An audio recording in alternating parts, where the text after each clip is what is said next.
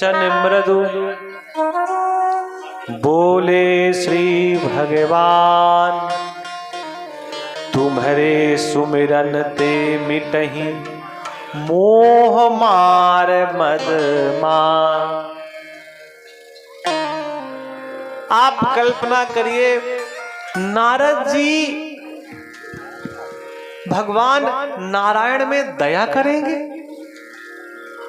नारायण तो यही कह रहे हैं कि बहुत दिन बाद आपने दया की। अरे भैया, ये तो बड़े लोगों के वचन होते हैं। हमें उन वचनों को बड़े आदर के साथ स्वीकार करना चाहिए, और जहां ऐसी आवश्यकता हो कि हमें ये कहना चाहिए कि हम इस योग्य नहीं हैं, तो जरूर कहें। अहंकार बिल्कुल भी मत पालें। अहंकार एक ऐसा कीड़ा है जो किसी भी व्यक्ति की सभी प्रकार की उपलब्धियों को नष्ट कर सकता है। आप कितना भी ऊंचाई पर पहुंच जाएं, लेकिन अगर अहंकार लग जाए आपके पीछे और आपके मन में अहंकार हो जाए कि मैं इतना बड़ा, मैंने ये किया, मैंने वो किया, कुछ दिन बाद स्थिति ऐसी आएगी कि वही अहंकार आपको ले डूबेगा। कई बार पेपर के समय होता है, कुछ बच्चों के मन में ऐसा भाव आ जाता है कि हमको तो पढ़ने की आवश्यकता ही नहीं है, हमें तो सब कुछ आता है। और ये वाला भाव कई बार बच्चों को एग्जाम और पेपर में कमजोरी प्रदान करता है। अहंकार नहीं करना चाहिए। व्यक्ति को प्रयास निरंतर रोज करना चाहिए। अभी कल आज सुबह एक लोग बड़ी अच्छी चर्चा कर रहे थे यहीं पर बैठे बैठे। मैं वो बताना चाहूंगा, मुझे इतनी बड़ी खुशी हुई उसको सुन करके। वो चाचा जी कह रहे थे कि खेतों में किसानों को रोज जाना चाहिए। तो एक ने कहा क्या करे जा करके, अभी तो फसल कटती नहीं है, अभी तो फसल पकी भी नहीं है। उस व्यक्ति ने कहा नहीं नहीं, खेत चाहता है कि इसका मालिक मुझे रोज देखने आए। अभी सुबह चर्चा कर रहे थे, ऐसा नहीं मैं झूठ मूठ बोल रहा हूं। बोले फसल चाहती है कि मेरा मालिक मुझे रोज देखने आए, भले ही 2 मिनट के लिए आए। अब वो कितनी बात सही है, कितनी झूठी, इस पे तो हम चर्चा नहीं करेंगे, लेकिन मुझे ऐसा लगता है कि उस व्यक्ति की बात पूरी की पूरी सत्य है। अपनी फसल को व्यक्ति को रोज निहारना चाहिए। अपनी हरी भरी फसल को व्यक्ति को रोज देखना चाहिए। अच्छा, एक बात तो है कि आप अपनी वो वाली फसल तो रोज देख रहे हैं, लेकिन आप भी तो कोई एक फसल है। आप भी तो किसी न किसी बगिया के पुष्प और फूल हैं। आपको भी तो एक दिन कहीं न कहीं जाना है। ऐसा तो नहीं है कि सब यहीं रहेंगे। हमें यहां 7 दिन रहना है, 8 दिन रहना है, हम 8 दिन बाद चले जाएंगे। और जिनकी ये जन्म स्थली है, जन्म भूमि है, उन्हें 50 साल रहना है, 100 साल रहना है, उसके बाद तो कहीं जाना है। और बहुत बड़ा मन में भाव मत लाइए कि 100 साल बहुत समय होता है। 50 साल जीवन के कब बीत जाएंगे पता ही नहीं चलेगा। जवानी तो तब पता चलती है बीती कब, जब बुढ़ापा प्रारंभ हुआ। जवानी में पता ही नहीं चलता हम कितने जवान हुए। वो तो जब बाल सफेद होने लगते तब मालूम पड़ता है कि अरे लगता है हमारी जवानी गई है।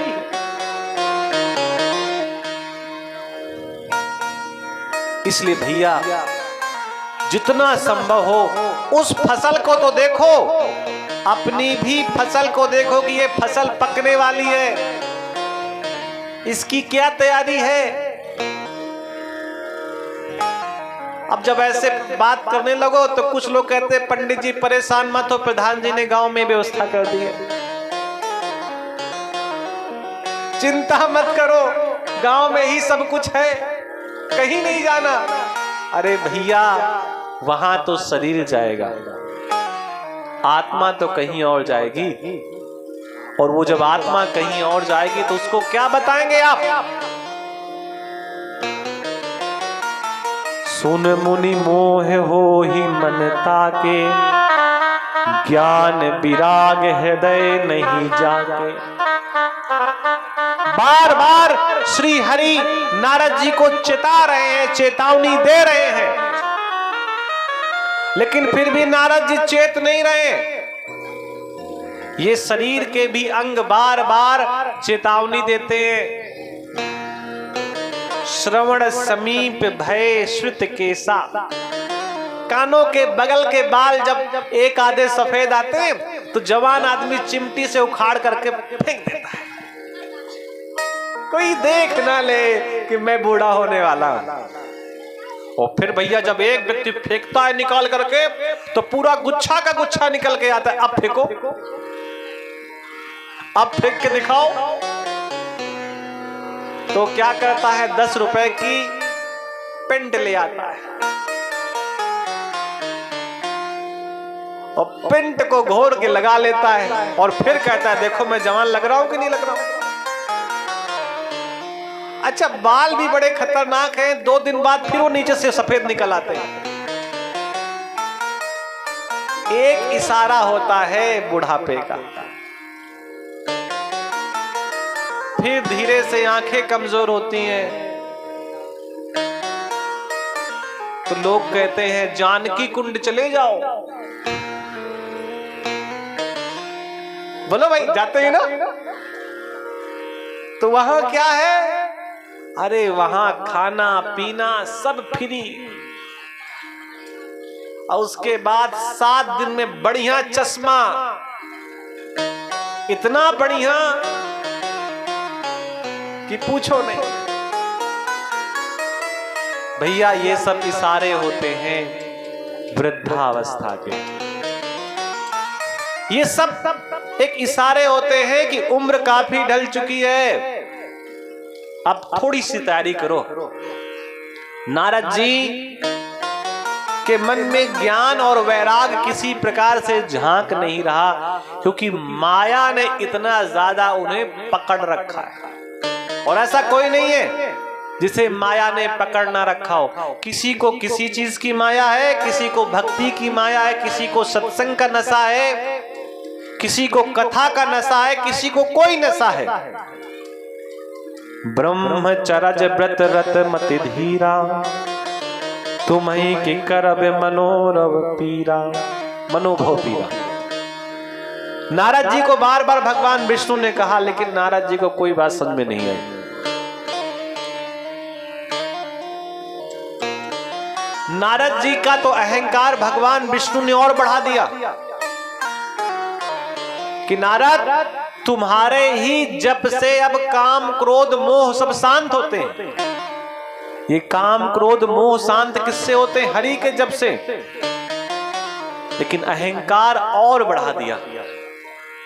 जब नारद जी का अहंकार और बढ़ा, नारद जी क्षीर सागर छोड़ करके गए तो लक्ष्मी जी ने पूछा, स्वामी आप चाहते तो नारद को शीशा दिखा सकते थे, आईना दिखा सकते थे, दर्पण दिखा सकते थे, नारद को रास्ता बता सकते थे, लेकिन तुमने नारद का अहंकार और बढ़ा दिया। ऐसा क्यों? आप चाहते तो अहंकार को नष्ट कर सकते थे, लेकिन आपने अहंकार और बढ़ा दिया।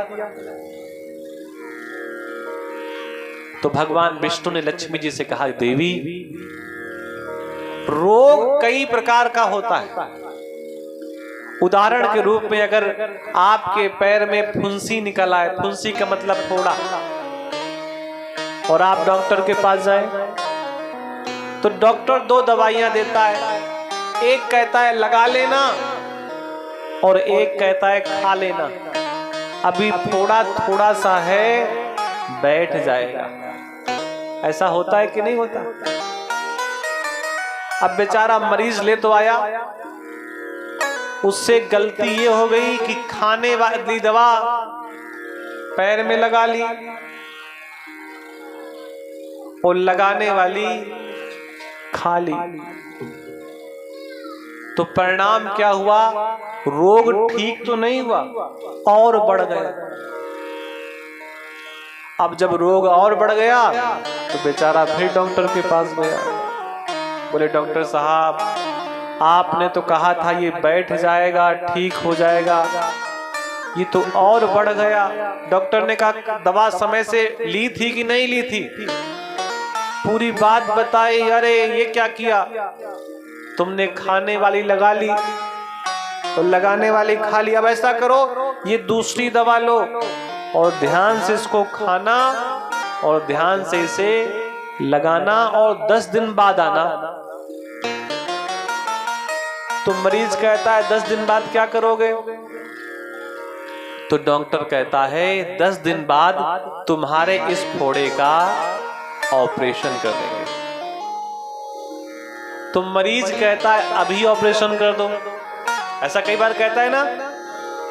तो डॉक्टर कहता है अभी आपका फोड़ा पका नहीं है, बीच की स्थिति में है। अब ये फोड़ा दब सकता नहीं है, क्योंकि जब इसको दबना था तब तुमने सही से दवा खाई नहीं। अब तो इसका ऑपरेशन ही होगा, लेकिन अभी ऑपरेशन करने की स्थिति नहीं है, इसलिए कुछ दिन का इंतजार करो।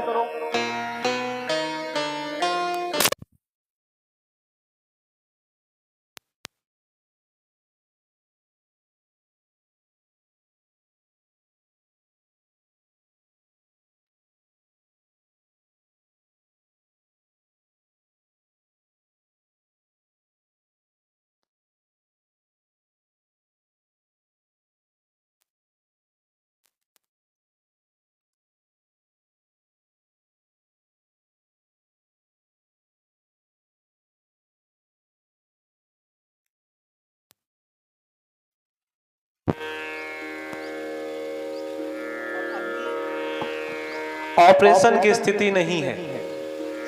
अगर स्थिति से पहले ही ऑपरेशन कर दिया गया तो इन्फेक्शन हो सकता है। वही स्थिति नारद जी की है।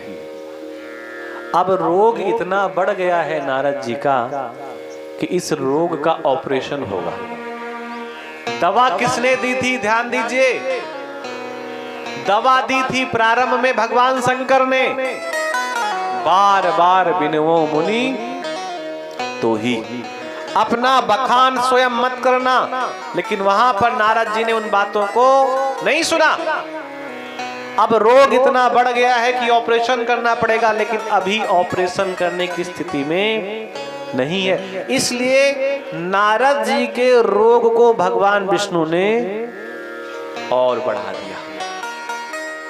बेगी सुमय डरी हूं उखारी, पन हमार सेवक हितकारी।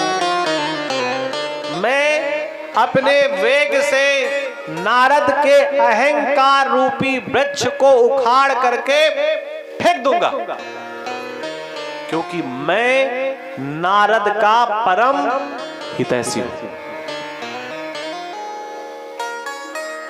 कुंभकार जब मटका बना रहा होता है, कुंभ को आकार दे रहा होता है, तो बाहर से मटके में बार बार पिटाई करता है, लेकिन एक हाथ अंदर से लगाए रखता है ताकि उसका आकार बन जाए, और अंदर से थपकी भी लगाए रखता है। वही स्थिति श्री नारायण की है। अहंकार का वृक्ष तो उखाड़ करके फेंकना चाहते हैं, लेकिन किस लिए? क्योंकि नारद उनके बहुत प्रिय है। तब नारद हरि पद सिरुनाई, चले हृदय अहिमित अधिकाई। अब नारद जी वहां से आगे बढ़ गए। श्रीपति निज माया तब प्रेरी, सुनहु कठिन करनी तेहि केरी। अब तो भैया श्री हरि विष्णु ने अपनी माया का प्रचार किया। अपनी माया को बढ़ाया और माया का प्रचार क्या किया उन्होंने? बसहि नगर सुंदर नर नारी, जनु बहु मन सिज रति तनुधारी। जैसा बैकुंठ है, उस बैकुंठ से भी अच्छा नगर भगवान विष्णु ने एक स्थापित किया। बिरचेउ मग महु नगर तिहि, सतजोजन विस्तार।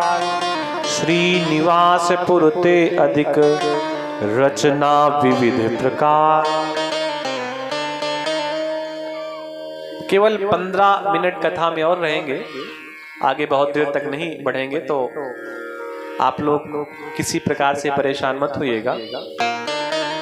6:30 तक ही कथा विश्राम कर देंगे और उधर 3 बजे ही कथा प्रारंभ करेंगे, ताकि शाम के कार्य भी आपके बिगड़े नहीं और कथा का भी आप लोग आनंद लेते रहें। भगवान ने 100 योजन का एक नगर रचा और वहां पर सील निधि नाम के राजा उत्पन्न किया और उनकी एक बड़ी दिव्य कन्या भी उत्पन्न कर दी, जिसका नाम है विश्व मोहिनी। नारद जी जब भगवान विष्णु को प्रणाम करके वापस आए तो उन्होंने उस नगर को देखा और नगर को देखा तो भैया बड़े प्रसन्न हुए। प्रसन्न भी बहुत हुए और दुख भी एक हुआ। दुख ये हुआ कि इतना श्रेष्ठ नगर, इतना दिव्य नगर हमारी आंखों से कैसे छुपा रह गया। अरे मैं तो पूरे संसार में भ्रमण करता हूं, ये नगर कैसे छुप गया मेरी आंखों से? मैंने कैसे इस नगर को नहीं देखा? और इसी भाव का विचार लेकर के श्री नारद जी ने उस नगर में प्रवेश किया। विश्व मोहिनी तासु कुमारी, श्री विमोह जिसु रूप निहारी। उस नगर में एक स्वयंवर चल रहा है। स्वयंवर इसका मतलब होता है कन्या अपने लिए वर का चयन स्वयं करती है, लेकिन उसमें माता पिता की ये सहमति होती है कि वर श्रेष्ठ हो। ऐसा ना हो कि माता पिता की किसी प्रकार से हास उपहास हो। उस नगर में स्वयंवर चल रहा था और जैसे ही नारद जी वहां पर पहुंचे तो सील निधि नामक राजा ने नारद जी को प्रणाम किया। आनी देखा यही नारद ही, भूपति राजकुमार। कहो नाथ गुण दोष सब, यही के हृदय विचार। नारद जी जैसे भैया वहां पर पहुंचे तो वहां के राजा ने श्री नारद जी को प्रणाम किया और अपनी बेटी का हाथ नारद जी के हाथ में रख दिया। और रखा किस लिए? कि आप हमारी बेटी का हाथ देख करके इसके वर्तमान और भविष्य के बारे में बताएं कि मेरी बेटी का भविष्य कैसा है और वर्तमान कैसा है। नारद जी ने जब उस राजकुमारी के हाथ को देखा और राजकुमारी के हाथों की रेखाओं को देखा तो वो अपने स्वभाव को भूल गए। कई लोग इतने प्रभावशाली होते हैं कि उनको देखो तो व्यक्ति अपना स्वभाव भूल जाता है। देख रूप मुनि बिरति बिसारी, बड़ी बार लग रहे निहारी। अपने आप को भूल गए नारद जी और किसे देखते रहे? उस राजकुमारी के हाथ को, उसकी रेखाओं को, उसकी शुभ रेखाओं को देखते रहे और गणना करने लगे। लक्षण तासु बिलो की भुलाने। लक्षण का मतलब उसके गुण देख करके। लोग एक गांव की भाषा बोलते नहीं, इसके लक्षण बहुत अच्छे हैं। लक्षण का मतलब ये बहुत गुणवान है। लक्षण तासु बिलो की बुलाने, हृदय हरस नहीं प्रकट बखाने। इतने प्रसन्न हैं उस राजकुमारी के लक्षणों को देख करके कि मुख से क्या कहे भूल गए। अच्छा, हाथों में लिखा क्या था? हाथों में लिखा क्या था? कई बार हाथों में लिखा कुछ और होता है, व्यक्ति पढ़ता कुछ और है और अर्थ कुछ और निकालता है।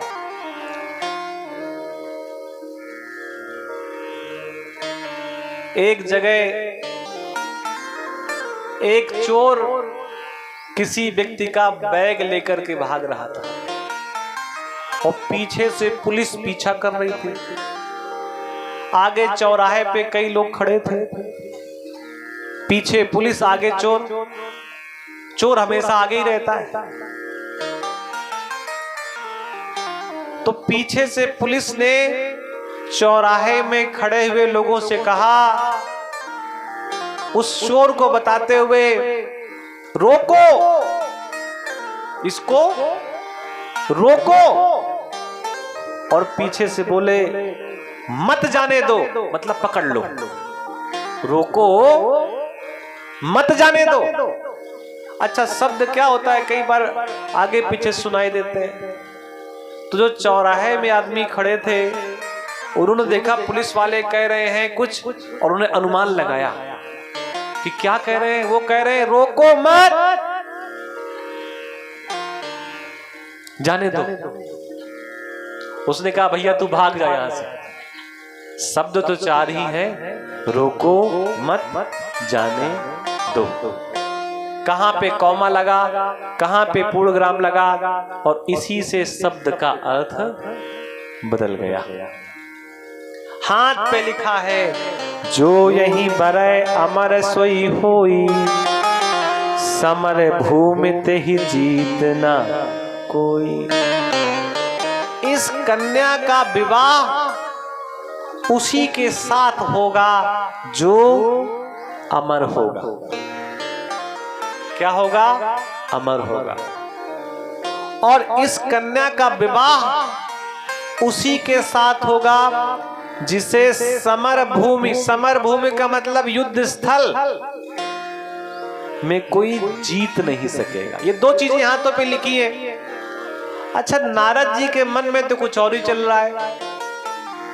उन्होंने पढ़ा कि हाथों में लिखा है कि इसका विवाह उसी के साथ, इसका विवाह जिसके साथ होगा वो अमर हो जाएगा। लगभग अर्थ मिलता जुलता है। जैसे एक साबुन आती ना घड़ी, और उसी की नकली साबुन आती है छड़ी।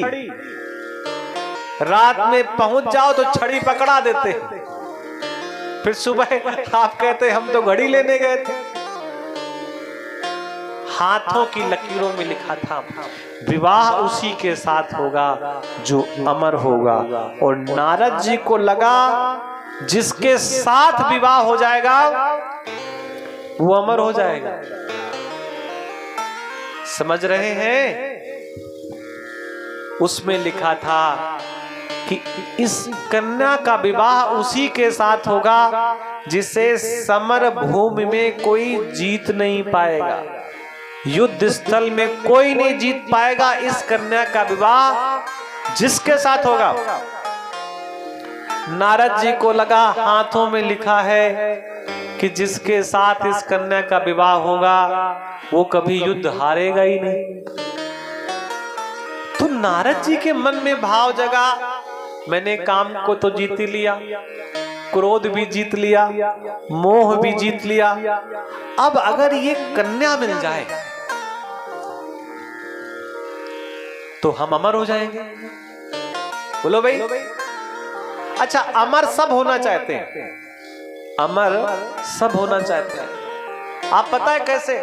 आप कभी चित्रकूट चले जाना गर्मी के मौसम में, वहां पंखा मिलेगा आपको चलता हुआ। अब पंखे में 3 डंडे होते हैं और पता है उन तीनों डंडे छपे होते हैं नामों से, श्री प्रकाश, फलाने द्विवेदी, ये त्रिवेदी, चतुर्वेदी, फूफा का नाम, बाबा का नाम, मौसिया का नाम उस पंखे में बेचारे सब लटके रहते हैं। अरे जब वो मर गया है तो उसका नाम वहां छपवाने की क्या आवश्यकता है। और जैसे अच्छा जब नाम व्यक्ति का छप जाता है तो व्यक्ति जाता नहीं है कहीं, याद रखना। लोग कहते हैं ना यहाँ नारा गड़ा है, अब नाम गड़ा है तो जाएगा कैसे। बेचारा जाना तो स्वर्ग था, लटका दिया पंखे में फलाने फलाने स्वर्गी। अरे वो वहीं लटक रहे हैं, वो चक्कर खा रहे हैं ऐसे गोल गोल गोल गोल। इसलिए भैया जब कुछ दिया जाए तो उसमें नाम न लिखवाया जाए, नहीं तो स्थितियां ऐसी ही होती हैं।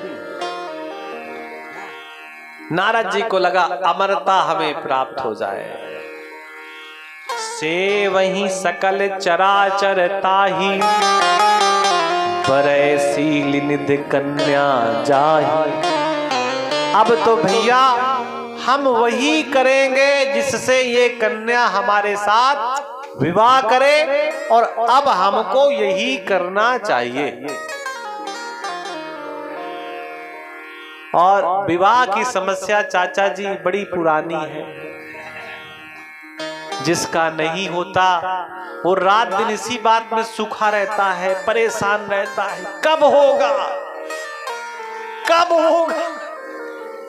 भगवान शंकर को जल चढ़ा रहा है, कामता नाथ जी की परिक्रमा कर रहा है अमावस्या में, पैदल, जाड़े में, गर्मी में। हे शंकर भगवान जल्दी से